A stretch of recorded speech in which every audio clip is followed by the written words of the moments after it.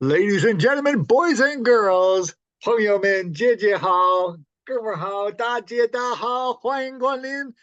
Welcome from here and there and everywhere. It's time for Art with Heart. And today we're talking to a writer, a teacher, a martial artist, a teacher, instructor, did I say that?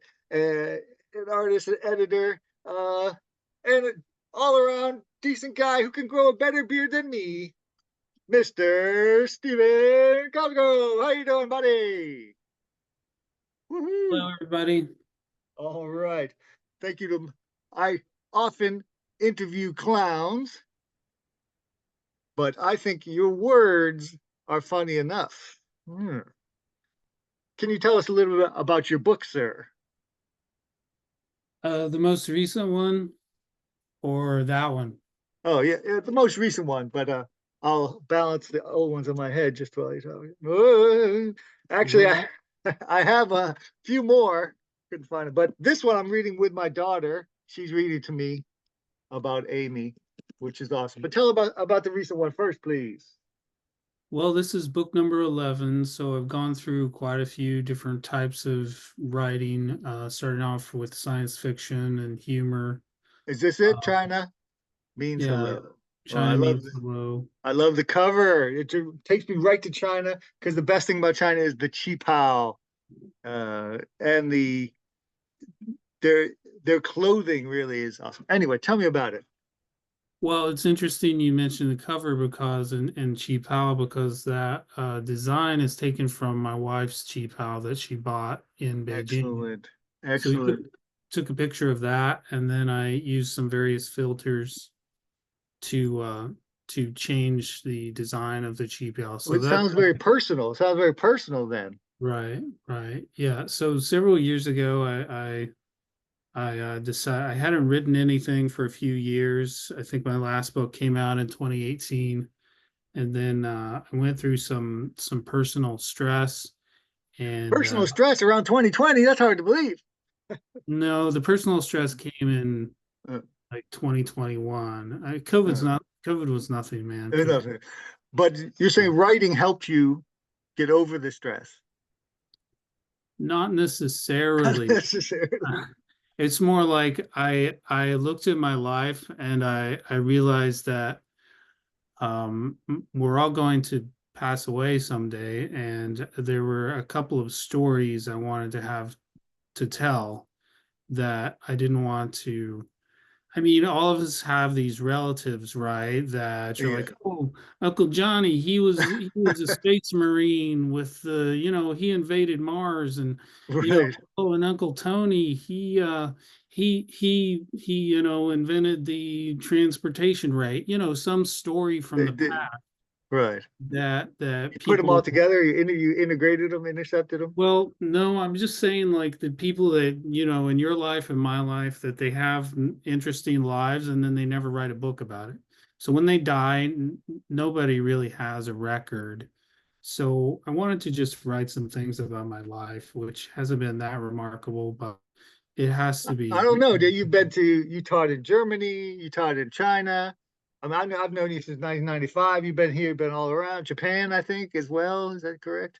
I That's pretty just exciting. visited Japan, Yeah. yeah. So, but personally, on a personal level, I had a couple of stories that I wanted to tell, and these that's why I wrote these two books. Ohio means goodbye, and then China means hello, kind of to fit together as like a not necessarily a book and sequel, but they do show two sides of my life as a young man. Excellent. And your name, I gotta say that my eyesight's not so good, and I always thought your name, your at least I thought your pen name was Coldgrave. I was like, that's a cool name, man. Coldgrave. You could write horror novels under that, like Stephen King. Coldgrave, but it's Coldgrove. Coldgrove. Yeah, yeah, it's What's the it's meaning of your family name? If you Is there a special meaning? Cosgrove, is that how it's pronounced?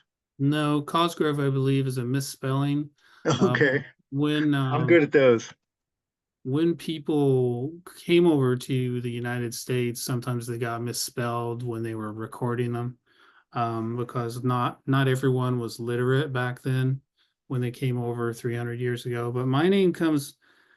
The story is they're English, and they were a group of people that lived near the River Cole, like a group of trees. And who knows if that's true, but when the Normans invaded the English, the people living in England at that time, they didn't have like family names, and the Normans had to be like, "What's wrong with you people? Okay, your name's what do you do? You're a butcher. Okay, Right, your name's carpenter. Bob the butcher, right? Your name's oh, you're a baker. Okay, your name's Tony the baker. Where'd you live? You live near a tree. You Okay. live near some trees. Your name's Bob Forrest. Come on, it's not that hard, people." All right. Right? So, That's awesome. But you seem to have all this knowledge that people maybe can't tell so quickly, but you're like, I would say hyper intelligent. You know how to spell stuff and you talk good. You impress me as a brain person. Do you have a mentor that you look up to? Because I look up to you in your writings. I wonder if you have a person or writer that you look up to that you think is just on a different kind of level. well, I don't consider myself intelligent. I'm one of the dumbest people I know. But I, someone living or someone dead. It doesn't matter. I, Um, I existing in your brain is enough for me. um, Someone living, I look up to Jordan Peterson, the way he can just sort of like condense human psychology. Someone dead writers pass away. I really try to emulate Hemingway. I have for a long time, but Right, I get I that. feel like he's one of the big ones. But his writing really, he really knows how to manipulate. He's a genius. He knew Right, how. he's very cool, calm, and collected kind of guy. Well, I don't know. I'm talking about his writing specifically. He knows how to use the exact, like, Fewest words. He would always. I read the For Whom the Bell Tolls, and it's just amazing how he's able to get across that the people are speaking Spanish without telling you they're speaking Spanish, right? Like just the different words that the people use, and they're using English, but they're speaking Spanish, and it's the way he describes everything. Huh. Uh, Right. Is any of your stuff in Chinese? The new book about China means hello. Do you use some Chinese in that one? 你的中文怎么样现在？there is a lot of Chinese in there's a there's a Chengyu. There's quite a few Chungy Chengyu. idioms, Yeah, yeah. That's quite a good. few Chengyu. I even have like maybe 12 or 15 in the back, like a list. Um, there's a lot of Chinese. I don't think the majority of the people who read it will understand Chinese or even know how to pronounce it. So I kind of reduced some of it because, white people would be scared. They see the Chinese word, right? It I like think pulled them. less so nowadays. I think a lot of people have integrated families, uh, and a lot of second generation Huayuan, people, their parents are from China, but they're from here. Hopefully they'll be interested in that. Right. So there is some of that, but whenever you use a foreign word in writing, it's technically not a great thing. It can pull the reader out of the Experience? yeah, they're like, what Right. is this? Yeah, Like yeah. not like I'm a successful writer or anything, but I feel like anything that For adults. I think for kids. So my newest book, the Comic Book of Doom, I tried to do exactly what you said not to do. More and more they have to use the Chinese to figure out what's going on. But I think for kids it's okay if they see it as a challenge. well, But yeah, I mean, if the book is focused on children and you want to introduce them to Chinese words, that's a completely different focus than like a so, like a right. fiction. But you said Hemingway was able to do that without doing that, which sounds interesting. Another thing, I had a question. Um, I'm really enjoying A Girl Named Badger, your story, uh, which is sort of like a D&D adventure to me. My daughter, likes the Armstrong ones, which I think are very like Douglas Adams or Monty Python like, which are fun and funny. But I like uh, the Badger ones. I have a question about the names because, like in the Amy books, the in the future, male and female names have swapped, Well, and yeah, because I'm trying to make fun of the way that in human history in just a few years, like male name, the females take over all the male names, yeah, yeah, like Terry Terry, yeah, and the things. They just, oh, I'm gonna do Randy, that, all and that then stuff. suddenly So no, yeah. they took it Uh, over.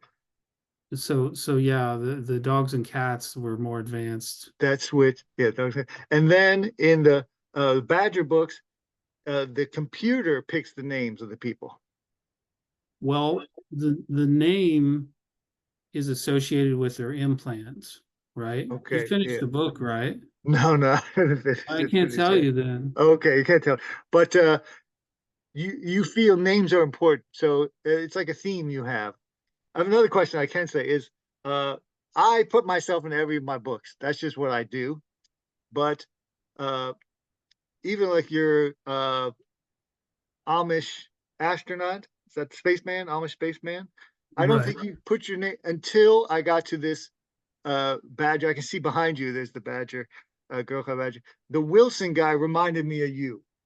Like his style, he was a smart guy. He eventually gets the girl, but he's not good with women. But he's good at fighting, but he's still humble. Is that at all true, or am I just guessing? Well, The Wilson I character. think every writer, every character is a part of every writer. So every villain is a bad part of the writer's psyche. Every so I can't really say, oh, that person is not me. Every character is me. But you're probably right. I don't really think about it like that. I just think I need a main character, and I don't really put myself, oh, I'm going to make this guy like me. I don't think like, oh, that's me and that's that person. I think about it sometimes like that, but in general, I think you're right. Probably Wilson is the closest to me. It's hard to write, like when you're writing from the perspective of a character, you have to pick somebody you like. Like, how are you going to write like a 300-page book if you don't like the main character? Like, that character is in everything, so you have to pick somebody close to you. Um, yeah, but it was difficult to write a girl the girl who's still a planet. I mean, she's like what, 14, 15. It's more challenging to write from that perspective, because I'm obviously not a 15-year-old girl. Right. So I did spend a lot of time trying my best to, but I had teenage daughters. Right. So Right. I That did helps. have some perspective. It's not like I'm some guy living out in the woods, a Unabomber, writing about 15-year-old girls. I had daughters, but it's still difficult. Like if you're an older man, to get into like the perspective. All right. We're going to take a call right now. Let's see who's on the line. Mr. Uh, what's your name, sir? Oh, okay. Let's take the call. What's going on here? Yeah, okay. Hello. It's David. Hey, how you doing? Hey, it's David here. I love your show. I'm a big fan, man. I'm a big fan. You gotta make me famous again. I'm not famous anymore. I'll do, not CSI Miami. I'll do CSI, Somebody hang Sacramento. up on this I'll dude. That's a do prank call. Prank CSI. call. Prank call. Okay. All It's obviously a prank because David is not that skinny right. anymore. Yeah, yeah. I think he should do something like Brendan Fraser did with the whale, That's right. right? He's got to make a comeback. But Like Brendan Fraser is like the guy. He blew up. He's like gigantic, right? He's huge. So he used it to his he used advantage. it. Like if He's not afraid to use it to his advantage. That's right, it. yeah. I've seen some clips of that movie. It looks amazing. So Yeah, David, you do. That David Caruso guy. And thanks he for could helping me make. with that website. I've tried so many in China, I would walk in the street and you'd have like 10,000 people do watch what you want. But here in America, I find it's very difficult to build a fan base, except when I go to like I do a live show. That's for me how I do it. But as a joke, one day I just made a Facebook saying David Caruso is the best at being the worst, which I think he is. And now it has like more than 10,000 people. It's the only thing I ever did on Facebook that got so many people. So Uh, did he actually do something to make you mad? Did he like park in front of you, or yeah, did he like uh, you were like at Starbucks one day and that's he right. like took Some your redhead. order? Yeah. In the 80s, I was trying to go out with, it was like one of the last American girls I was trying to go out with. I gave up after this. So we're supposed to go out. Uh, I'm doing like a uh, open mic night or something, and the girl she's supposed to come, but I think she had my microphone or something. You know, she's like, I gotta wait until Dave is done on NYPD Blue or whatever. I was like, come on, I got a show. She's like, no, I guess she couldn't record it before TiVo or whatever. And so we argued, we broke up over that. So I said, Caruso, I'll get you one day. You got to hold the grudge. You got to hold the grudge. All right. I actually asked some of my students. I showed them some of your book stuff. These are not made up people. Uh, asked them some questions. I'm sorry. I asked them to ask you a couple questions. One asked, what inspired you to write your first couple books? And I just want to say my first book I wrote by hand because of a dream. And my second book I wrote on a typewriter because I found that typewriter in a dumpster. So they inspired me. What inspired you to write your first books back in 1995, 94, 90 something? Well, I graduated with a degree in creative writing back in 1994, but I didn't do any real writing until um, I got this I got this assignment to work in the mountains in Big Sur, which basically you go out there and stay for 2 days. You're just basically living in the fire station. You have your own room and you have TV. And actually, at that point, we didn't really have good internet, so there wasn't much to do. So I played video games for a little bit, and then I'm like, oh, this is a waste of time. I should be really writing because it's like you're getting paid to write because you Right. don't have that many calls. You're in the mountains. There's not a lot of Yeah. calls. Getting paid is good inspiration for your art, or double Right. dipping, as we call it. Yeah, like so other writers are like, oh, they go off into writers retreats for days and they do the same thing. This was like I'm getting paid. So I asked one of my friends, like, yeah, I want to write a novel and I didn't really have any ideas. And he told me, hey, write some post-apocalyptic stuff. And I was like, hmm. So I'm like, yeah, okay. So I started to think about it. And I was really inspired by this book by Andre, what's her name? But it's Daybreak 2250 or something like that. And so in that book, there's this tribe, like it's after the bomb, and this tribe lives in the mountains and they've kind of devolved. And I think that it's kind of like the beginning of Battlefield Earth. Remember that when they're out I in the like mountains? that book. The movie, not so much, but I actually enjoyed that book. And I've never read the book, I've just seen the movie, but there's like a uh, tribe of the people book right is in the fun. mountains. That's right. That's right. So I'm like, okay, well, that's interesting. So I made this tribe of people, but they live in an old military base, and so there's some secrets and you know Right. I like so how they treat the technical people like wizards. I enjoy that part well of the. before that I Andre Norton is the author I was trying to think of, is a female author, but since she was writing during discrimination times, they did not Yeah. want female. She had to change her name to a man. But yeah, it's Daybreak 2250 or something. So I'd also read the Foundation series Ayn Rand. No, no. Sorry. by Isaac Asimov. Asimov. So in that series, the people understood that civilization was going to collapse, and the founder of the foundation, he's how do we how do we transmit knowledge? So they're like, well, religion. So religion is the number one way if you want to keep knowledge Keep transmitted. knowledge alive. Added in. All right. Someone else. Uh, I think it was Jeremy asked, "How much do you like cats? How many cats do you have?" I know you had a few cats before. How would you answer Jeremy?